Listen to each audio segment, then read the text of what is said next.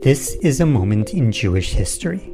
I often pass by the National Institutions buildings in Jerusalem on the corner of Keren HaYesod and Keren Kayemet streets, named for the institutions housed there.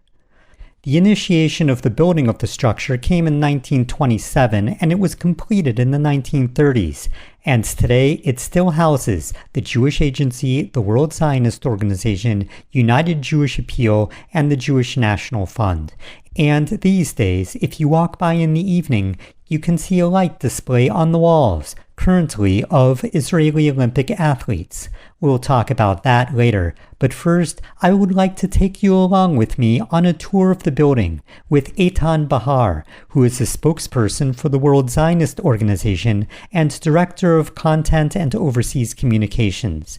We will learn about the celebrations of 1947, the difficulties of 1948, including the War of Independence and the bombing, which involved the parents of Israel's current president, and the important work being done today.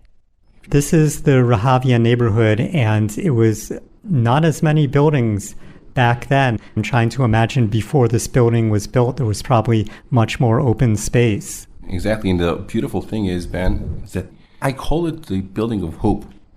Why? Because we're talking about the year 1927, which is starting to be built. And this is under the eyes of the British occupation here in Jerusalem before the Holocaust. And we're doing this. We're building this there in front of them, whether they like it or not. And these organizations, the Jewish National Fund buys the land and the United Jewish Appeal raises the money. Think for yourself. You want to build yourself a country, a sovereign state. So you need an umbrella organization, which is the World Zionist Organization that was established in 1897 by Theodor Herzl. But you need also branches. For example, if you need to purchase land, you have the JNF, Jewish National Fund, KKL, Keren Kayemet Israel. They buy land, they redeem land, but you also need world Jewry to join this mission. So you have the United Israel Appeal. And then you need an organization that will deal with Jews to immigrate to Israel, make aliyah. So you have the Jewish Agency. And all these organizations under the umbrella of the WZO, where basically the national institutions that up to this day are operating. And Ben, I can tell you one thing. We're walking now in this amazing building, old offices, rooms, that most of them stayed just like they used to be. And only the walls could actually talk. Who knows how many secrets, how many decisions took place in this very, very building. All the fathers of the nation walked in the exact halls that we're walking right now. So 1947 is when the United Nations has their famous vote. Exactly, and 29th of November 1947 is one of the most important dates in modern Jewish Zionist history. What happens then? The United Nations, I think one of the only good decisions that were taken for the Jewish people took place in 29th of November 1947 when the United Nations recognizes the right of the Jews to establish a Jewish state in the land of Israel. Now there's a burst of happiness. People are like excited to hear that. You know, this like familiar record of the nations, yes, no. And once they hear the decision, there's a burst of happiness with dancing and waving flags, and it takes place in the National Institutions building. Partition of Palestine ends 7 months of deliberation by the United Nations and 2,000 years of political homelessness for the Jews. Afghanistan, no. Argentina, abstention. Soviet Union, yes. United Kingdom, abstain. United States, yes. The result is announced by Assembly President Aranya. The resolution of the DUC Committee for Palestine was adopted by 33 votes, 13 against, 10 abstentions. And this was the scene next day in Jerusalem. The Jewish people at once began to celebrate the United Nations decision. If they hadn't got all they wanted, they had at least gained the verdict for the setting up of a new Jewish state, and their rejoicing was obviously a spontaneous affair. I do want to briefly mention that at the time in 1947, there were some Jewish people that saw it as a negative because they partitioned. Even today, it's controversial, like it was a good thing, but they cut off parts. So, yes, I personally agree with you, but let's try to be mamlachti as possible. The important thing is that, yes, it's called a partition plan. Many would not even name it because it actually rips off land from the land that belongs to the Jews. However, if you look at the bright side of it, this was the decision that brought for the establishment of the state of Israel. Whether it is smaller than what we wanted or not, we needed a state. As we stood outside, he showed me the plaza where so many important events took place. Leaders would go on a high place. There's no Facebook and there's no Twitter to talk to the people. So you need to be in a higher position in order for the people to look at you as a leader, and in order for you to pass on the message to the people.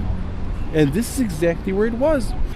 Right here where we're standing, in this very balcony, has a significance, because on this very balcony, all the fathers of the nations would stand and speak to the people. Golda Meir, chief rabbis and heads of the Jewish yeshuv back then. One important thing is that David Ben-Gurion did not attend, was not able to attend this very important celebration in 1947. He was the leader of the Jewish Agency and the future first Prime Minister. Prime Minister of the State of Israel, correct. Basically, in the 30s and 40s, from this very building, the government of the future independent state to be took place here. The Knesset, by the way, was established here in Tu B'Shvat, 1949. And this is before the Knesset building as we know today was even built. Yes. And 2 days later, the first president of the State of Israel, Chaim Weizmann, was sworn in. Two major things in 1948 that took place that has to do with this building. And you have an old newspaper article. I guess that's a tragedy, but I'll let you get to that. Yes. So in 1948, during the War of Independence, this building was a target for many of the Arabs that did not like the fact that we're here. In March 1948, a car led by an Arab driver of the American consulate comes to this building and explodes right outside the building. He drove there with an American flag with explosives. Because of that American flag, he was allowed to get in to the area of the National Institution building, and he turned on the trigger, exploded the building. 12 people were murdered. The top floor of Keren HaYesod, United Jewish Appeal, part of the National Institution building, collapsed. Another interesting story to tell is that one of the women who were injured in that terrorist attack by the Arabs was mother of the current president of the State of Israel, Herzog. Both his parents were employees of the national institutions. She was injured. His father saved her. And this whole meetings of the Israeli government, even before Israel was established, took place here between 1946 to 1953, right here. Up to this day, this room serves as the assembly room of the leadership of the Zionist movement. And behind this wall were tons of weapons. By the way, there's numerous places in this building that they were hiding weapons. Why? Because they needed to protect. And I can tell you that I heard also there's a place that they dug underneath, a tunnel that takes you under all the streets and gets you out Ben Yehuda Street. And this is because the British made owning weapons for Jews illegal? Not only that, of course, yeah, they were afraid. They're occupying the place. And when you see the Zionist leadership that is trying to get you out of here, their arrest. And you saw like the Black Sabbath that took place here, and they tore everything apart here. And so this photo of Chaim Weizmann right here, there's some kind of secret compartment. I don't know. About secrets here, I'm not sure. I can tell you, though, that you see, look at the photo here. Oh, there's David Ben-Gurion and Chaim Weizmann in the photo, and it's the exact same wood-paneled wall and everything that still exists today. This was Ben-Gurion's office. Inside the building, we viewed a large photograph of the inauguration of Chaim Weizmann. Here you can see the first president of the State of Israel sworn in this place. Moshe Sharet, you can see the chief rabbis. Finally, we entered the Jewish Agency synagogue, where Eitan told me a story about an old Jewish Agency shaliach who had been sent to Syria in the 1980s. A few weeks before the war started, we paid tribute to an old shaliach of the Jewish Agency that was sent in the 80s by the Jewish Agency. Where? To Syria. Just like I used to be a shaliach in Cleveland, Ohio. I think that the entire concept, the entire idea of Judaism and Zionism is shlichut. Being a messenger. Bringing people under one umbrella towards one path that can accept and embrace every single Jew. And let me explain you why I'm concluding our tour here in the synagogue. So I gave him a tour of the building just like I'm giving you. Then we opened the Aron Kodesh, the Ark. He said, yes, let's do this. He says, oh, what is this? This is Sefer Torah. I go, yes, let's close it. He said, can I look at it for a second? This same Sefer Torah was smuggled from Syria to the United States, together with hundreds of Jewish kids that were saved back in the 80s. And from Syria, they took that Sefer Torah to the United States, a 400, 500-year-old Sefer Torah, and it ended up here. This is the path of Jewish life. This is the path of Zionism, and eventually, from all over the world, Ki mitzion tetzeh Torah. This is the center.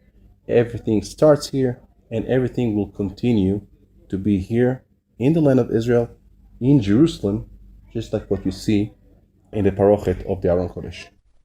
After the establishment of the State of Israel and the establishing of the more official offices of the State of Israel, for example, like the Prime Minister's office and the Knesset, this building kind of lost its importance. 76 years later, and the national institutions continue to work tirelessly for the benefit of the Jewish people around the world, in the diaspora and in Israel. We continue basically to strengthen this bridge, our future together, that is unshakable. Can you talk about this photo from 2011? That's on the anniversary, because I found it very interesting that you recreated the scene from 1947 and even brought in a vintage automobile and had people dressing in costumes from the era. So we talked about the national institutions that is losing its importance as part of the attempts to shed light of the history of this place. We decided to reenact the celebrations that took place in 29th of November 1947. We did it in 2011. We basically took the exact same scene, but this is only one of the many ways to shed light on this important building. For the past year, if you come here every evening, except Friday and Saturday, you'll see the light display on the walls of these buildings, depending on the times. But throughout the year, the story of Zionism and Judaism, of building this state, of gathering the Jews from around the world, we're telling the story of Zionism. Right now, we're in the midst of the Olympics, so we screen it on the walls of national institutions. So once again, I think that the glory and history of this important building is much more familiar to the public right now than ever. Eitan Behar, thank you very much for joining us.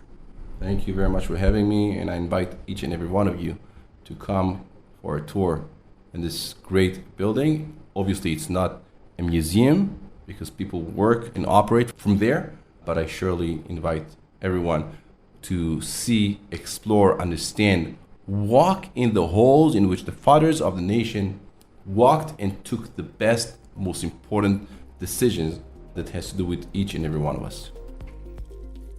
Thank you to Eitan Behar and to the staff at the National Institutions buildings. This has been a moment in Jewish history. For questions or comments, you can visit benbresky.substack.com. Thank you to all the listeners, and Shalom.